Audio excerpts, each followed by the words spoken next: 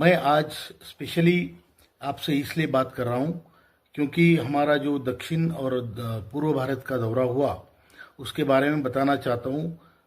कर्नाटक बेलगांव में हमारी बहुत बड़ी मीटिंग हुई। सारा जो दौरा है ये हमारे नेता आदरणीय रमाकांत नरगुन जी ने फिक्स किया था, जो हमारे भारत के मुख्य समन्वयक है, राष्ट्रीय मुख्य समन्वयक है। तो कर्नाटक मीटिंग में 2,500 से 3,000 लोग शुगर फैक्ट्रीज के आए थे, कर्नाटक महाराष्ट्र दोनों तरफ से। और उसमें जो अगुवाई की वो आदरणीय रमाकांत नरगुन जी, आदरणीय मंजुनाथ जी, विजय कुमार गड़त जी, वीर कुमार गड़त जी और हमारे एस एन कुलकर्णी जी, अनिल इनामदार जी, ये सब लोगों ने। उसी प्रकार करीमनगर में जब हमारी मीटिंग हुई तो उसमें जो हमारी तेलंगाना की प्रदेश अध्यक्षा है लक्ष्मी करवादी गारू, उन्होंने मीटिंग करवाई और उन्हीं के साथ वंगा वेंकटेश्वरालू गारू, ई तिरुमल रेड्डी गारू, कोटेश कुमार गारू, कमलाकर राव गारू, लक्ष्मी राजन गारू, माधव रेड्डी गारू. They also worked very hard and that meeting was made successful. After that, we had a meeting in Visakhapatnam where the main organizer was V. Baburao Garu, AVN M. Apparao Garu, Achila Naidu Garu,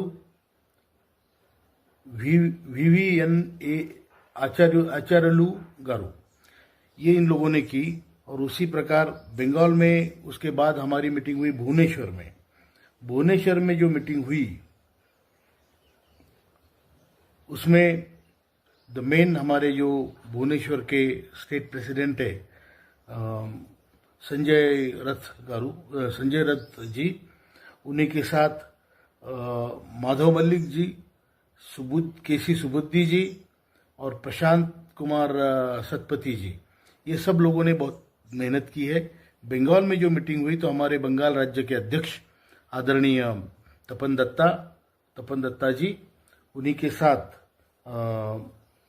हमारे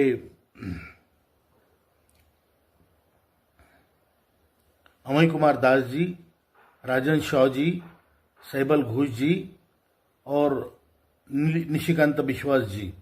उसी प्रकार वहां पर जो प्रमुख नेता उपस्थित थे, गांगुली जी और प्रदीप डे जी, उत्पल बैनर्जी जी, ये सभी लोगों ने बहुत मेहनत करके बहुत बड़ी मीटिंग कराई है और मैं उनके प्रति शुक्रगुजार हूं।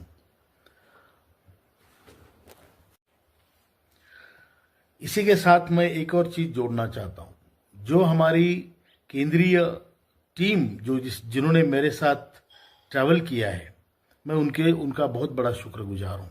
अपना घर बार छोड़ के आदरणीय BS Narkhede ji, his wife Shrimati Sarita Narkhede ji and Srimati Shobhatai Aras, these people traveled with me throughout.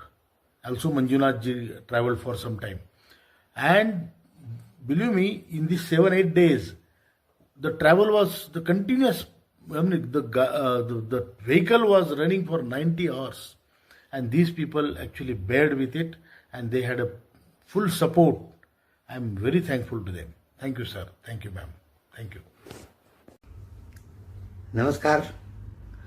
ನಾನು Ramakant Nargun, national chief coordinator, national education committee. ಈಗ ನೀವೆಲ್ಲರೂ ಕಾತುರದಿಂದ ಕಾಯ್ಕೊಂಡು ಕೂತೀರಿ ಅಂತ ನನಗೆ ಗೊತ್ತಾಗ್ಯದ. ಕಾರಣ ಎಲ್ಲರ ತಲೆಯಲ್ಲೂ ಈ ಡೆಲ್ಲಿಗೆ 9, 10, 11 3 ದಿವಸ ನಾವೇನು ಧರಣಿ ಕಾರ್ಯಕ್ರಮಗಳನ್ನು ಮಾಡಿದ್ವಿ, ಅದರದ್ದು ಏನು ರಿಸಲ್ಟ್ ಬಂತು ಎಲ್ಲರೂ ನೀವು ವೇಟ್ ಮಾಡ್ತಾ ಇದ್ದೀರಿ. ಮೊದಲು ನನ್ನ ಎಲ್ಲ ಡೀಟೇಲ್ ವಿವರಣೆಗಳನ್ನು ಕೊಡೋಕ್ಕಿಂತ ಮೊದಲು ನಾನು ಬೇರೆ ಬೇರೆ ಡಿಸ್ಟಿಕ್ಗಳಿಂದ ಎಷ್ಟೋ ಜನರು ನಮ್ಮ ಕರ್ನಾಟಕದವರು ಕೂಡ ಈ ಡೆಲ್ಲಿ ಕಾರ್ಯಕ್ರಮಕ್ಕೆ ಭಾಗವಹಿಸಿದ್ರು ಹಾಗೂ 3 ದಿವಸ ಅವರು ನಮ್ಮ ಜೊತೆ ಕೂತ್ಕೊಂಡು ಧರಣಿ ಕಾರ್ಯಕ್ರಮದಲ್ಲಿ ಪಾರ್ಟಿಸಿಪೇಟ್ ಮಾಡಿದರು. ಇದಕ್ಕೆ ನಮ್ಮ ನ್ಯಾಷನಲ್ ಎಜುಕೇಷನ್ ಕಮಿಟಿ ವತಿಯಿಂದ ನಿಮ್ಮೆಲ್ಲರಿಗೂ ಅನಂತ ವಂದನೆಗಳು. ನಿಮ್ಮ ಪ್ರಯತ್ನಕ್ಕೆ ನಾನು ಸಾಷ್ಟಾಂಗ ನಮಸ್ಕಾರಗಳನ್ನು ಹಾಕ್ತೀನಿ. ಈಗ ಡೆಲ್ಲಿಯ ರಿಪೋರ್ಟ್ ಬಗ್ಗೆ ಇದು 9, 10, 11 ಇದ್ದರೂ ಕೂಡ ನಾನು ಇಲ್ಲಿಂದ ಪ್ರಯಾಣ ಮಾಡಿ 4ನೇ ತಾರೀಕೆ ಡೆಲ್ಲಿನಲ್ಲಿದ್ದೆ. ಯಾಕಂದರೆ 5ನೇ ತಾರೀಕು ಮನ್ಸುಖ್ ಮಾಡಿ ಅವರು ನಮಗೆ ಮೀಟಿಂಗ್ ಕರೆದಿದ್ರು. ಅದ್ರ ಪ್ರಕಾರ ನಾವೇನೋ ನಮ್ಮ ತಲೆಯಲ್ಲಿತ್ತು 5ನೇ ತಾರೀಕು ಕರೆದ ಮೇಲೆ ಇಲ್ಲಿಗೆ ಮುಗಿದು ಹೋಗುತ್ತೆ, ಧರಣಿ ಕಾರ್ಯಕ್ರಮ ಆಗಲಿಕ್ಕಿಲ್ಲ, ನಾವು ಬೇರೆ ಏನು ಮಾಡ್ಬೋದೋ ಏನೋ ಅಂತ ನಮ್ಮ ತಲೆಯಲ್ಲಿ ವಿಚಾರ ಇತ್ತು. ಅದಾಗಲಿಲ್ಲ. 5ನೇ ತಾರೀಕು ರಿಪೋರ್ಟ್ ಅಂತೂ ನಿಮಗೆಲ್ಲರಿಗೂ ಗೊತ್ತಿದೆ. ಅವ್ರು ಏನು ಹೇಳಿದರು ನಮಗೆ, ನಿಮ್ಮ ಕಾರ್ಯಕ್ರಮವನ್ನು ನಿಮ್ಮ ಬೇಡಿಕೆಗಳನ್ನು ಆದಷ್ಟು ನೀವು ಹಗಲು ಯಾವಾಗಲೂ ಹಾಗೆ ಹೇಳ್ತಿರ್ತೀರ, ನೀವು ಧರಣಿ ಮಾಡಬೇಡ್ರಿ. ನಾವು ಮಾಡೋದು ಬಿಡಲ್ಲ, ನಮ್ಮ ಜನರ ಭಾವನೆಗಳನ್ನು ತಡೆಯೋಕ್ಕಾಗಲ್ಲ. ನೀವು ಹಿಂದಕ್ಕೂ ಒಂದು ಸರಿ ಹೇಳಿದ್ರಿ, ಅದಕ್ಕೂ ನಾವು ಹಿಂತಗೊಂಡ್ವಿ. ಈ ಸರಿ ಮಾತ್ರ ನೀವು ಹೇಳೋವರೆಗೂ ನಾವು ಧರಣಿಗಳನ್ನು ಮುಕ್ತಾಯ ಮಾಡಲ್ಲ, 9, 10, 11 3 ದಿವಸ ಮಾಡವ್ರೆ ಅಂತ ಹೇಳಿ ಆ ಕಡೆಯಿಂದ ಬಂದುಬಿಟ್ಟಿವಿ. ನಾವು ಬಂದ ಮೇಲೆ ಈ ದಿವಸಗಳಲ್ಲಿ ಎಷ್ಟೋ ಮಿನಿಸ್ಟರ್ಗಳು, ಎಷ್ಟೋ MP ಗಳು ಬೆಳಗ್ಗೆ ಸಾಯಂಕಾಲ ಪ್ರತಿಯೊಬ್ಬರಿಗೂ ಮೀಟ್ ಮಾಡಿ, ನೋಡ್ರಪ್ಪ ನಮ್ಮ ಕೆಲಸ ಮಾಡೋಕ್ಕೆ ಹೆಂಗಾದರೂ ಮಾಡಿ ಈ ಲೇಬರ್ ಮಿನಿಸ್ಟ್ರ್ ಮೇಲೆ ಪ್ರೆಷರ್ ತರ್ರಿ, ಹೇಳ್ರಿ, ನಮ್ಮ ಜನರು ಸಾವಿರಾರು ಕಿಲೋಮೀಟ್ರಿಂದ ಬರ್ತಾ ಇದ್ದಾರೆ, ಅವರ ಆರ್ಥಿಕ ಪರಿಸ್ಥಿತಿ ಸರಿ ಇಲ್ಲ, ಆಮೇಲೆ ಅವರಿಗೆ ದೇಹದ ಪರಿಸ್ಥಿತಿ ಸರಿ ಇಲ್ಲ, ಆದರೂ ಕೂಡ ನಮ್ಮ ಪೆನ್ಷನ್ ಸಲುವಾಗಿ ಹೊರಡಕ್ಕೆ ನಮ್ಮ ಜೊತೆಗೆ ನಿಂತು ಈ ಧರಣಿ ಕಾರ್ಯಕ್ರಮಕ್ಕೆ ಬರ್ತಾ ಇದ್ದಾರೆ ಅಂದಮೇಲೆ ಅದು ಕೆಲವು ಜನರಿಗೆ ಮುಟ್ತು, ಕೆಲವು ಜನರಿಗೆ ಮುಟ್ಟಲಿಲ್ಲ. ಈಗ ವಿವರವಾಗಿ ಹೇಳಬೇಕಂದ್ರೆ 9ನೇ ತಾರೀಕು ಕಾರ್ಯಕ್ರಮ ಪ್ರಾರಂಭವಾಯಿತು. ಅಲ್ಲಿ ಕೂಡ ಸಾಕಷ್ಟು ಸ್ಟೇಟ್ಗಳಿಂದ ಎಲ್ಲರೂ ಬಂದರು. ಬಂದ ಮೇಲೆ ನಮಗೇನು ಯಾವುದೂ ಮಿನಿಸ್ಟರ್ ಕಡೆಯಿಂದ, ಯಾವುದೇ MP ಗಳಿಂದ ಏನೂ ನಮಗೆ ಆಶ್ವಾಸನೆಗಳು ಬರಲಿಲ್ಲ, ಮೆಸೇಜ್ಗಳು ಬರಲಿಲ್ಲ.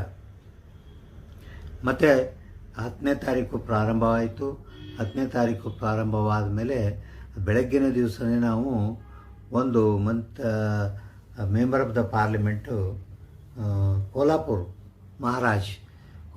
ಅವರು ಸಾಹು ಮಹಾರಾಜ್ ಅಂಥೇಳಿ, ಅವರು ಮಹಾರಾಜ ಮಂತಂದವರು, ಭಾರಿ ದೊಡ್ಡ ವ್ಯಕ್ತಿ. ಅವ್ರದ್ದೊಂದು ಪ್ರತಿಷ್ಠೆ ಅದು ಇಷ್ಟು ಚೆನ್ನಾಗಿದೆ. ಇವತ್ತಿನ ದಿವಸನೇ ಮೋದಿಯವ್ರಿಗೆ ಅಪಾಯಿಂಟ್ಮೆಂಟ್ ಕೇಳಿದ್ರೆ ಅವ್ರು ಕರೆಸಿ ಕೂಡಿಸ್ತಾರೆ. ಅಂತಹ ಒಂದು ಮನುಷ್ಯ ಅವನು, ಕೋಲ್ಹಾಪುರ MP. ಅವರಲ್ಲಿ ಹೋಗಿ ಬೇಡ್ಕೊಂಡು, ಹಿಂಗೆ ನೋಡ್ರಿ, ಹಿಂಗೆ ಆಗ್ತಾಯಿದೆ, ನಮಗೇನು ಆಯಿತಾ, ಹಿಂಗೆ ಬರ್ರಿ, ನೀವು ನಾಳೆ 11ನೇ ತಾರೀಕು ನಮ್ಮ ನಿರ್ಮಲಾ ಸೀತಾರಾಮನ್ ಅವ್ರು ಕರ್ಕೊಂಡು ಹೋಗ್ತೀನಿ, ಅದೇನಿದೆ ಅದು ಕೇಳೇಬೇಡ ಅಂತ ಅವರು ಆಶ್ವಾಸನೆ ಕೊಟ್ಟು ನಮ್ಮನ್ನು ಕಳಿಸಿದರು. ಕಳಿಸಿದ ಮೇಲೆ 10ನೇ ತಾರೀಕು ಕೂಡ ಎಷ್ಟೋ ಜನ ಕೆಲವು MP ಗಳು ಬಂದರು. 10ನೇ ತಾರೀಕು ಕೆಲವು MP ಗಳು ಬಂದು ತಮ್ಮ ಆಶ್ವಾಸನೆಗಳನ್ನು ಹೇಳಿದರು, ನಿಮ್ಮ ಜೊತೆಗೆ ಸಪೋರ್ಟ್ ಇದೆ ಅಂತ ಹೇಳಿದರು. ಅಟ್ಲೀಸ್ಟ್ ನಾವೇನು ಹೇಳಿದ್ವಿ, ಮನ್ಸುಖ್ ಮಾಡಿ ಅವರಿಗೆ ಒಂದು ರಿಕ್ವೆಸ್ಟ್ ಮಾಡ್ಕೊಂಡಿದ್ವಿ, ಏನಂತ, ನೋಡಿ ಸರ್, ನಮ್ಮ ಧರಣಿಗೆ ನಿಮ್ಮ ಮೆಸೇಜು ಬರಲಿಕ್ಕೆ ಬೇಕು, ಅಟ್ಲೀಸ್ಟ್ ನೀವು ನಿಮ್ಮ ಕಾರ್ಯಕ್ರಮವನ್ನು ಮಾಡಿಕೊಡ್ತೀನಿ ಅಂತಾರೋ ಮೆಸೇಜ್ ಕಳಿಸ್ರಿ. ಇದು ಕೂಡ ಹೇಳಿದ್ವಿ, ಅದು ಕೂಡ ಅವರು ನಮಗೆ ಮಾಡಲಿಲ್ಲ, ಇದು ಬೇರೆ ವಿಷಯ. ಆದರೂ ಕೂಡ ಮತ್ತೆ 11ನೇ ತಾರೀಕು ನಾವು ಬೆಳಗ್ಗೆ ನಮ್ಮ ಧರಣಿ ಕಾರ್ಯಕ್ರಮವನ್ನು ಪ್ರಾರಂಭ ಮಾಡಿದ್ವಿ. ನಮ್ಮ ಕರ್ನಾಟಕದೆಲ್ಲ ಈಶ್ವರ್ ಖಂಡ್ರೆ ಬೀದರಿಂದ, ಪಾಪ ತುಂಬ ಚಿಕ್ಕವರು, ಅವರು ಬಂದು ನಮ್ಮ ಜೊತೆಗೆ ಎಲ್ಲರಿಗೂ ಹೇಳಿ, ನಮ್ಮ ಜೊತೆಗೆ ಇದ್ದೀನಿ, ನಿಮ್ಮ ಸಹಾಯ ಮಾಡ್ತೀನಿ, ನಾನು ಫೈಟ್ ಮಾಡ್ತೀನಿ ಅಂತ ಕೆಲವು ವಿಷಯಗಳನ್ನು ತೋಡಿದ್ದಕ್ಕೆ ನಮಗೆ ಭಾಳ ಬೀದರ್ ಜನರದ ಹೆಮ್ಮೆಯ ವಿಷಯ. ಇವರಿಷ್ಟು MP ಗಳಲ್ಲಿ ಬೀದರ್ನವ್ರು ಹೋಗಿ ಕನ್ವಿನ್ಸ್ ಮಾಡಿ ಅವ್ರನ್ನ ಕರೆದಿದ್ದಾರೆ. ಅವ್ರಿಗೆಲ್ಲರಿಗೆ ನನಗೆ ಹೃತ್ಪೂರ್ವಕ ವಂದನೆಗಳು. ಹಾಗೂ ಮೇಧಾ ಕುಲಕರ್ಣಿ ಅಂಥೇಳಿ ಪೂನಾದವ್ರು, BJP ಅವರು, ಅವರು ಕೂಡ ಬಂದಿದ್ದರು. ಅವರು ಕೂಡ ವಿವರವಾಗಿ ಹೇಳಿದರು, ನಿಮ್ಮದೇ ನಾನು ಒಂದು ರೆಸ್ಪಾನ್ಸಿಬಿಲಿಟಿ ತೊಗೊಂಡು ನಿಮ್ಮ ಕಾರ್ಯಕ್ರಮವನ್ನು ನಾನು ಮಾಡೇ ಕೊಟ್ಟು ತೀರ್ತೀನಿ ಅಂತ ಇನ್ನೊಬ್ಬರು ಹೇಳಿದರು. ಶಿರ್ಡಿ MP ಕೂಡ ಬಂದಿದ್ದರು, ಅವರು ಕೂಡ ಆಶ್ವಾಸನೆ ಕೊಟ್ಟರು ಹಾಗೂ ಹೇಳಿದರು, ದಯಮಾಡಿ ಇದು ಕಾರ್ಯಕ್ರಮವನ್ನು ಮುಗಿಸ್ರಿ, ನಿಮಗೆಲ್ಲ ಮಾಡಿಕೊಡೋದು ನಾನೇ, ಇವತ್ತಿಂದ ನಾನು ತಯಾರಾಗ್ತೀನಿ, ಮಾಡಿಕೊಡ್ತೀನಿ ಅಂತ ಇಷ್ಟು ವಿಷಯಗಳು ಹೇಳಿದ ಮೇಲೆ ಆಮೇಲೆ ಈ ನಿರ್ಮಲಾ ಸೀತಾರಾಮನ್ ಕಡೆಯವರು ಹೋಗೋದು ಒಂದು ಬಂತು ಮತ್ತು ಕೆಲವು ನಿರ್ಣಯಗಳನ್ನು ನಾವು ತೊಗೊಂಡ್ವಿ. ಏನು ಆಯಿತು, 2ನೇ ತಾರೀಕುವರೆಗೂ ಕ್ಯಾಬಿನೆಟ್ ನಡೆಯುತ್ತೆ. ಈ 2ನೇ ತಾರೀಕುವರೆಗೂ ಕ್ಯಾಬಿನೆಟ್ ಒಳಗೆ ನಮ್ಮದು ಡಿಸಿಷನ್ ತೊಗೋಲಿಲ್ಲ ಅಂದರೆ ನಾವು ಬೇರೆ ಬೇರೆ ಕಾರ್ಯಕ್ರಮವನ್ನು ಹಮ್ಮಿಕೊಂಡು ಇನ್ನೂ ತುಂಬ ಸಿವಿಯರ್ ರೀತಿಯಿಂದ ಭಾರತಾದ್ಯಂತ ಕಾರ್ಯಕ್ರಮಗಳನ್ನು ಮಾಡ್ತೀವಿ ಅಂಥೇಳಿ ಅದು ಒಂದು ಪ್ಲ್ಯಾಟ್ಫಾರ್ಮಿಂದ ಮೆಸೇಜು ಆಲ್ ಇಂಡಿಯಾಗೆ ಕಮ್ಯುನಿಕೇಟ್ ಮಾಡ್ತೀವಿ. ಈ ಸರಿ ಪ್ರಿಂಟ್ ಮೀಡಿಯಾ, TV ಮೀಡಿಯಾ ತುಂಬ ಚೆನ್ನಾಗಿ ಕವರ್ ಮಾಡಿದೆ, ವಾಸ್ಟ್ ಕವರೇಜ್ ಆಗಿದೆ. ಇದು ಎಲ್ಲ ಮೆಸೇಜ್ಗಳು ಹೋಗಿಬಿಟ್ಟಿದೆ ಅವರಿಗೆ. ಹೋದ್ಮೇಲೆ ಇವತ್ತನೇ ತಾರೀಕು 11ನೇ ತಾರೀಕು 3 ಗಂಟೆಗೆ ನಿರ್ಮಲಾ ಸೀತಾರಾಮನ್ ಅವ್ರ ಕಡೆ ಹೋಗಿ ಮೀಟ್ ಮಾಡಿದಾಗ ನಿರ್ಮಲಾ ಸೀತಾರಾಮನ್ ಜಿ ಹೇಳಿದರು, ನೀವು ಹೊಡೆದಾಡ್ತಾ ಇದ್ದೀರಾ, ನೀವು ಮಾಡ್ತಾ ಇದ್ದೀರಾ, ನನಗೆ ಅವ್ರ ಫೈಲ್ ಬಂದಮೇಲೆ ನಾನು ನಿಂತು ನಿಮಗೆ ಕೆಲಸ ಮಾಡಿಕೊಡ್ತೀನಿ ಅಂತ ಹೇಳಿದ ಮೇಲೆ ಪಾಪ ನಮ್ಮ ಛತ್ರಪತಿ ಸಾಹು ಮಹಾರಾಜ್ ಇವರು ಕೋಲ್ಹಾಪುರ MP ಅವರು ಮತ್ತು ನಮ್ಮನ್ನೆಲ್ಲರನ್ನೂ ಕರ್ಕೊಂಡು ಲೇಬರ್ ಮಿನಿಸ್ಟ್ರ್ ಕಡೆ ಕರ್ಕೊಂಡು ಹೋದರು. ಲೇಬರ್ ಮಿನಿಸ್ಟ್ರ್ ಕಡೆ ಕರ್ಕೊಂಡು ಹೋಗಿ ಅಲ್ಲಿ ಹೋದಾಗ ಲೇಬರ್ ಮಿನಿಸ್ಟ್ರ್ ಇರಲಿಲ್ಲ.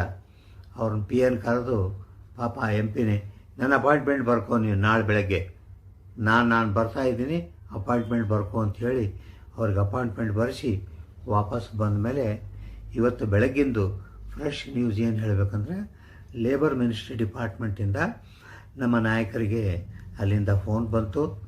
ಏನಂತ ಫೋನ್ ಬಂತು ಅಂದರೆ, ಇಲ್ಲ ನಿಮ್ಮದು ಅಪಾಯಿಂಟ್ಮೆಂಟ್ ಕೇಳಿದ್ದೀರಾ, ಬಟ್ ನಮಗೆ ಇವತ್ತು ಕೊಡೋದಾಗಲ್ಲ, ನಮ್ಮ ಮಿನಿಸ್ಟ್ರೇ ನಿಮಗೆ ಹೇಳು ಅಂತ ಹೇಳಿದ್ದಾರೆ, ಇನ್ನೊಂದು 8-10 ದಿವಸದಲ್ಲಿ ಕರೆದು ನಿಮ್ಮ ವಿಷಯನ ಚರ್ಚೆ ಮಾಡಿ ಏನಾದರೂ ಒಂದು ಸೊಲ್ಯೂಷನ್ ತೆಗೋಣ ಅಂತ ಹೇಳಿದ್ದಾರೆ. ಅದಕ್ಕೆ ಇವತ್ತೇನು ನಿಮ್ಮದು ಅಪಾಯಿಂಟ್ಮೆಂಟ್ ಇಲ್ಲ ಅಂತ ಹೇಳಿದ್ದಾರೆ. ಆದರೂ ಇಲ್ಲಿವರೆಗಂತೂ ಬಂದು ಹತ್ತಿದ್ದೀವಿ, ಯಾರೂ ಕೊಡಲ್ಲ ಅಂತ ಹೇಳಿಲ್ಲ, ಯಾರೂ ಮಾಡಲ್ಲ ಅಂತ ಹೇಳಿಲ್ಲ. ಆದರೂ ಕೂಡ ನನ್ನ ಕಳಕಳಿಯ ವಿನಂತಿ ಎಲ್ಲರ ಮುಂದೆ ಅಂದರೆ, ಸಮಾಧಾನದಿಂದಿರ್ರಿ, ದೇವರಿದ್ದಾನೆ ನಮ್ಮ ಜೊತೆಗೆ. ಎಷ್ಟೋ ನಮ್ಮದು ಏನು ಧ್ಯೇಯ ಅಂದ್ರೆ, ನಮ್ಮ ಜೀವ ಇರೋದ್ರೊಳಗೆ ಇದೊಂದು ಮಾಡಿ ಹೋಗೋಣ ಅಂತಲೇ ನನ್ನ ವಿಚಾರ. ನೀವು ನನ್ನ ಜೊತೆಗೆ ಸೇರ್ರಿ, ನಮಗೆ ಬರೋದಲ್ಲದೆ ಮುಂಬರುವ ಪೀಳಿಗೆ ಕೂಡ ಒಂದು ಕಲ್ಯಾಣ ಕೆಲಸವನ್ನು ಮಾಡಿ ಕೊಡೋಣ. ಹಾಗೂ ಈ 8-10 ದಿವಸಗಳಲ್ಲಿ ಏನು ಕಾಲಗಳನ್ನು ಹೇಳ್ತಿದ್ದಾರೆ ಅದನ್ನು ವೇಟ್ ಮಾಡೋಣ. ಮಾಡಿದ ಮೇಲೆ ಮುಂದೆ ಏನಾಗ್ತದೆ ನೋಡಿಕೊಂಡು ಮುಂದಿನ ವಿಚಾರಗಳನ್ನು ಮಾಡೋಣ. ಜೀವನದಲ್ಲಿ ಆಸೆ ಇದ್ದರೆ ಜೀವನ ನಮಗೆ ಆಗುತ್ತೆ ಅಂತಲೇ ನಾವು ಹೊಡೆದಾಡಬೇಕು. ಈಗ ಒಂದು ಕ್ರೀಡಾಪಟು ಮ್ಯಾಚ್ ಆಡ್ಲಿಕ್ಕೆ ಹೋದಾಗ ನಾನು 0ದಲ್ಲಿ ಬರ್ತೀನಿ ಅಂತ ಯಾವನೂ ಆಟ ಆಡಲ್ಲ, ನಾನು ಗೆದ್ದೇ ತೀರ್ತೀನಿ, ನಾನು ಹೊಡೆದೇ ತೀರ್ತೀನಿ ಅಂತ ಅದು. ಆದರೂ ಈ ವಯಸ್ಸಿನಲ್ಲಿ ನಾವು ಇದು ಒಂದು ಗಟ್ಸ್ ಇಟ್ಕೊಂಡೇನು ಮಾತಾಡ್ತಾ ಇದ್ದೀವಿ, ಹೋಗ್ತಾ ಇದ್ದೀವಿ, ಅದೇ ಒಂದು ದೊಡ್ಡ ಕೆಲಸ. ಜಗತ್ತಿನಲ್ಲೇ ಇಂಥ ಸಂಘಟನೆ ಒಂದು ಎಲ್ಲೆಲ್ಲೂ ಇಲ್ಲ, ಈ ಥರ ಸಂಘಟನೆಗಳು ಎಲ್ಲೆಲ್ಲೂ ಇಲ್ಲ. ಕಾರಣೀಪುರುಷ ಎಲ್ಲ ನೀವು ನಮ್ಮ ಜೊತೆಗೆ ಇರ್ರಿ, ನಿಮ್ಮ ಜನರಿಗೆ ಸರಿಯಾಗಿ ತಿಳಿಸಿ ಹೇಳ್ರಿ. ನಾವೆಲ್ಲರೂ ಸೇರಿ ಮಾಡ್ತಾ ಇದ್ದೀವಿ, ಒಂದು ಕಾರ್ಯರೂಪಕ್ಕೆ ಬರ್ತಾ ಇದೆ, ಬಂದೇ ತೀರುತ್ತೆ. ಇಷ್ಟೇ ಹೇಳಿ ನನ್ನ 4 ಮಾತುಗಳನ್ನು ಮುಗಿಸ್ತೀನಿ. ಬೋಲೋ ಭಾರತ್ ಮಾತಾ ಕಿ ಜೈ. मतलब आपका काम हो रहा है रास्ते में रहे। देख, आप जो करना चाहते हो तो करो, अगर नहीं भी करना चाहते तो बोलो। हम मतदान समिति से तैयार है, साहब देखो आपके ऊपर आज से अरेंगे आपके ऊपर